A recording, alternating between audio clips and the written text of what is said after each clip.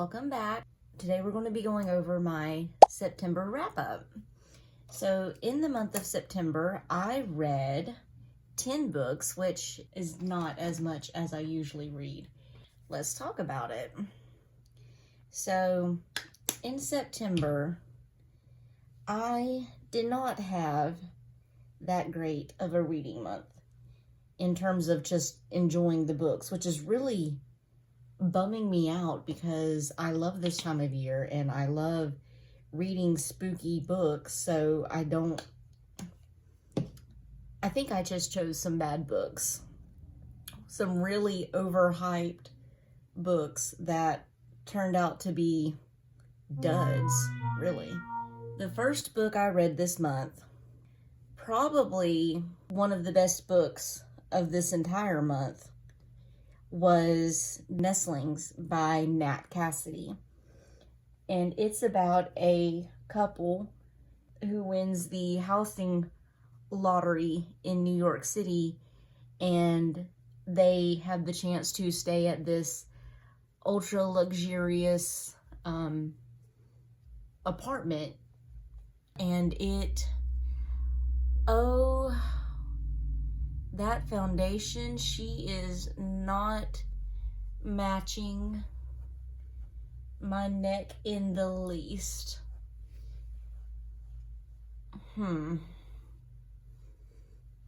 That's fun. Awesome. That is awesome for me. Okay, anyway, so this couple wins the housing lottery in New York City, and they get to move into this exclusive luxury apartment.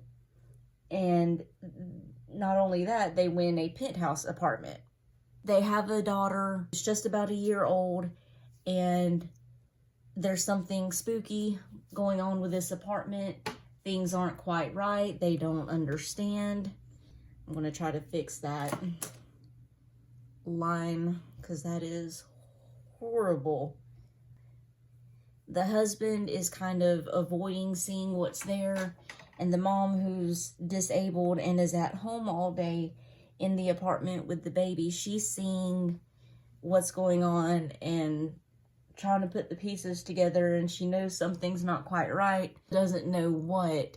And it was a creepy little book. The ending was not as great as I wanted it to be, but it was definitely a good book. Definitely worth checking out. Quasi-vampire situation / monsters. I don't really know how to describe them. Not quite monsters, but they're not quite vampires. But it's just a really good book about a creepy apartment building with creepy residents and a mystery trying to figure out what's going on. The Nestlings, I gave a 4-star rating. The next book I read was just a little kids book that I like to read kids books every now and then. They're just fun. It's like a good palate cleanser. Well, this one was Creepy Pair of Underwear, and it was just a cute little book about a bunny who wants a specific pair of underwear at the store instead of the basic plain underwear that his mama was wanting to buy him. And they glow in the dark. And he doesn't like them when he gets them home. They're creepy. And that was one that I did not rate. Again, if you haven't watched my video on how I do my reading log, make sure you go and check that out. But I don't rate children's books because, again, I know I'm not the target audience. The next book I read was The Halloween Tree by Ray Bradbury, and I did a whole video on that, so I'm not going to talk much about it here. But if you haven't watched that video, make sure you go watch it. That is one of the classic Halloween books. It just gives all the feels. Spooks with mystery, with adventure, with nostalgia, just literally all the feels. It's such a good book. So make sure you go read that. But that one I did rate 3 stars. I didn't enjoy it as much this year as I did when I read it for the first time last year.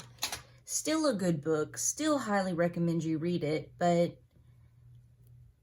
I don't know. Some of the magic was lost on me this year. And again, it could just be because I had been having a not great reading month already at this point.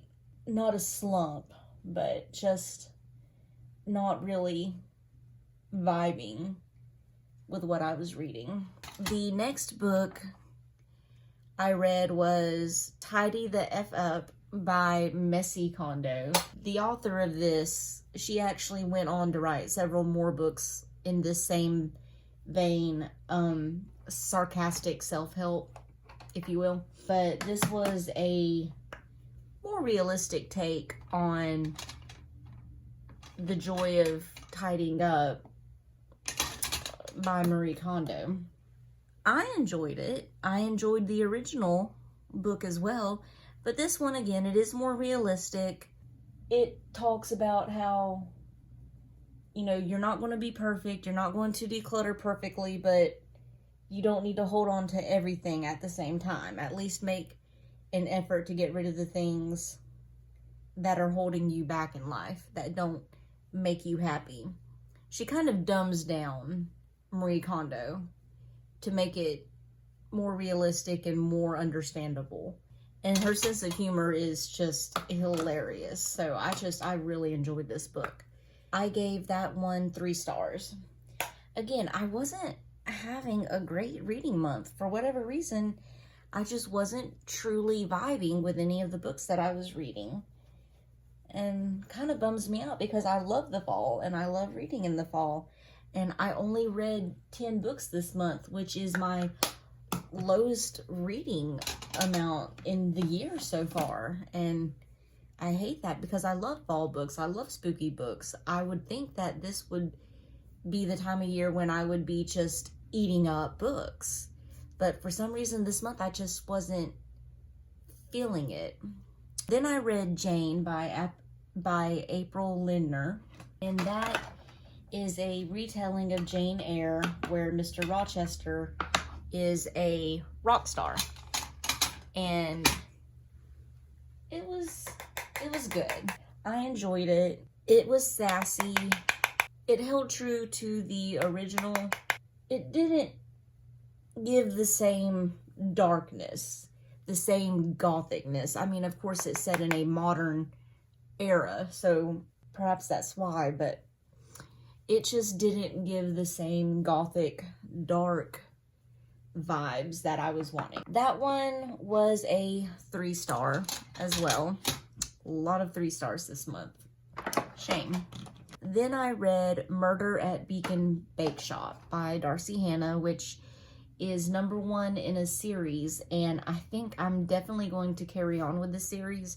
This was a cute little book. She buys a lighthouse and she restores it and converts it into a bake shop. And on opening day, somebody gets poisoned from her coffee.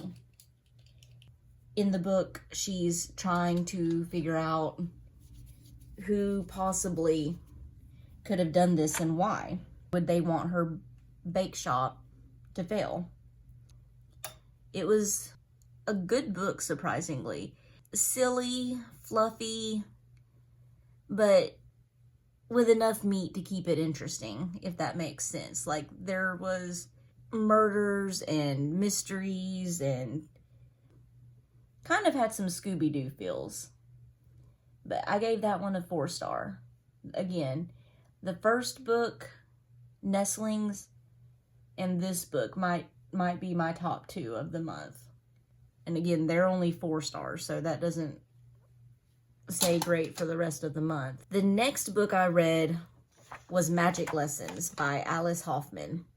And I read Practical Magic for the first time last year. So I was really excited to read this as a prequel of sorts.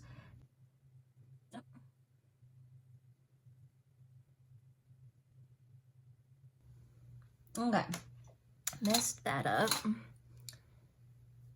Maybe I can fix it. Yeah.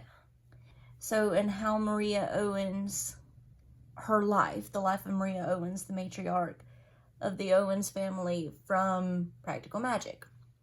Well, I was expecting to love this book as much as I did the first time I read Practical Magic.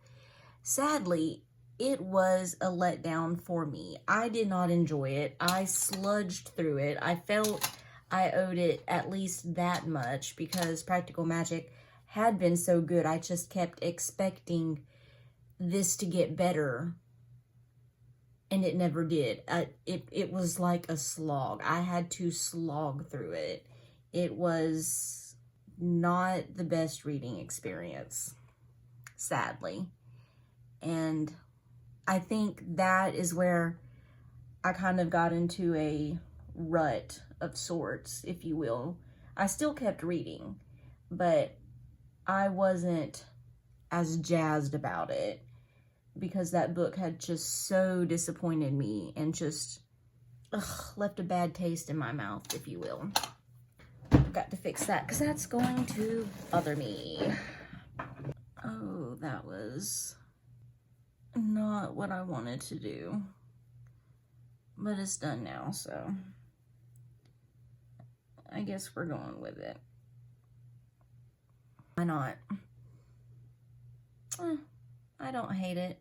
I ain't mad at it. The next book I read was Teen Killers Club by Lily Sparks, and this was my last 4-star rating of the month.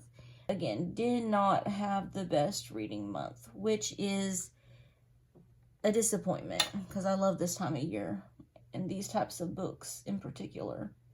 So, but Teen Killers Club is about a group of teens who are in juvenile delinquent centers. They are offered the chance to go to this camp and learn how to get away with unaliving people. If they do that and work for the government, then they don't have to go to prison for the rest of their life as they would otherwise. And unexpectedly, I really did like this book. I wasn't expecting it to be as meaty and twisty as it was, but it was quite the surprise hit. The next book is At the Coffee Shop of Curiosities. This was another disappointment. The cover to me seemed kind of fall-esque, so I read it expecting a fall book, and I guess that was my fault. Even the back of the book, though, seemed like not specifically fall, but you know, they work at a coffee shop, so I'm thinking fall vibes. No. This was another one that I had to sludge through, hoping it got better, and it just never did. So it's a 3-star. I did give it a 3-star because the story itself was a decent story. It was not what I was expecting, though. And so that, again, left a bitter taste in my mouth. Was not happy with that at all. The last book I read of the month, I am so about. I have seen this book hyped up everywhere on the fall TBR list, on the fall recommend list, everywhere I've seen this book. And so I went into this book expecting instant 5-star vibes. Absolutely not. The insta-love in this book, and when I say insta-love, I mean by page 3, they're making out. Like, it's ridiculous. And I get that it was 3 short stories, but even with it being short stories, the insta-love was ridiculous. I was going to give it 2 stars. I was.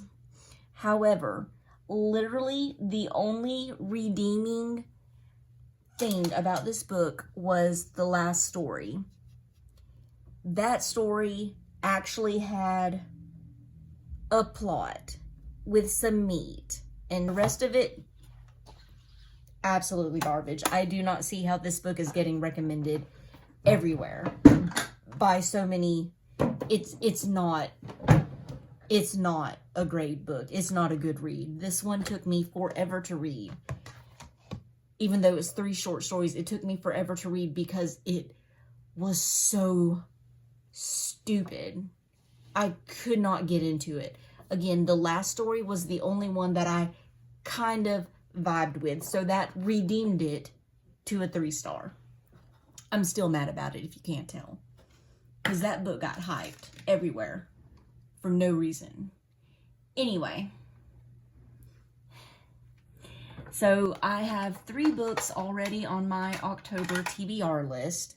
On my holds list in the Libby app, I have Pumpkinheads by Rainbow Rowell, which is a graphic novel about 2 teens who have worked at a pumpkin patch all through high school, you know, during the Halloween seasons each year.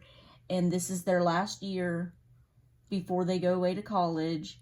Now's the time that one character decides to let the other person know their feelings. And I'm trying not to spoil it. It's got hay rides, it's got pumpkins, it's got carvings, it's got hot chocolate, it's got pumpkin pie. Like, it's just got all the fall things in it. And it's such a cute book. I read it for the first time last year or the year before, and I'm making it a yearly thing to reread it. Just like The Halloween Tree by Ray Bradbury. That's going to be a yearly reread around this time of year, just to get in those Halloween and fall vibes. Next book I have on my TBR, which was also on September TBR, and I didn't get around to it because, again, I had to slog through these other waste of time. That book is Such Sharp Teeth by Rachel Harrison. That book, all I know about it is that it is a werewolf book. So, I'm not super huge into werewolves, but I like Rachel Harrison. She's an interesting author. I've had good experiences with her books, so I'll give it a try. Not a werewolf fan per se, but I'm not against it, so I'll give it a try. It'll be an interesting read. The last book on my October TBR is Killing November, which just sounds so interesting. It's teenagers at a boarding school for assassins. I mean, how much more dark academia can you get? So I'm very excited to get that. I also plan to read some R.L. Stine books, you know, Goosebumps, Fear Street, to get in the Halloween mood. I love those books. I don't care that I'm 38. Those are classics. All the 90s nostalgia and Halloween and perfect. I'm here for it. I would say that I want to read some Stephen King, but I read Stephen King throughout the year, so I don't necessarily have to read him in October. So this is the final look. That was my September wrap-up and October TBR. What did you read that was really amazing in September? Let me know so I can check it out. And what do you plan to read in October? What do you plan to read for Halloween? I'm very curious. Let me know in the comments. Make sure you go check out my video on how I do my reading log, and as well as the Halloween Tree if you're interested in that. It's a very good book. But thanks for watching, and I'll see you next time. Bye.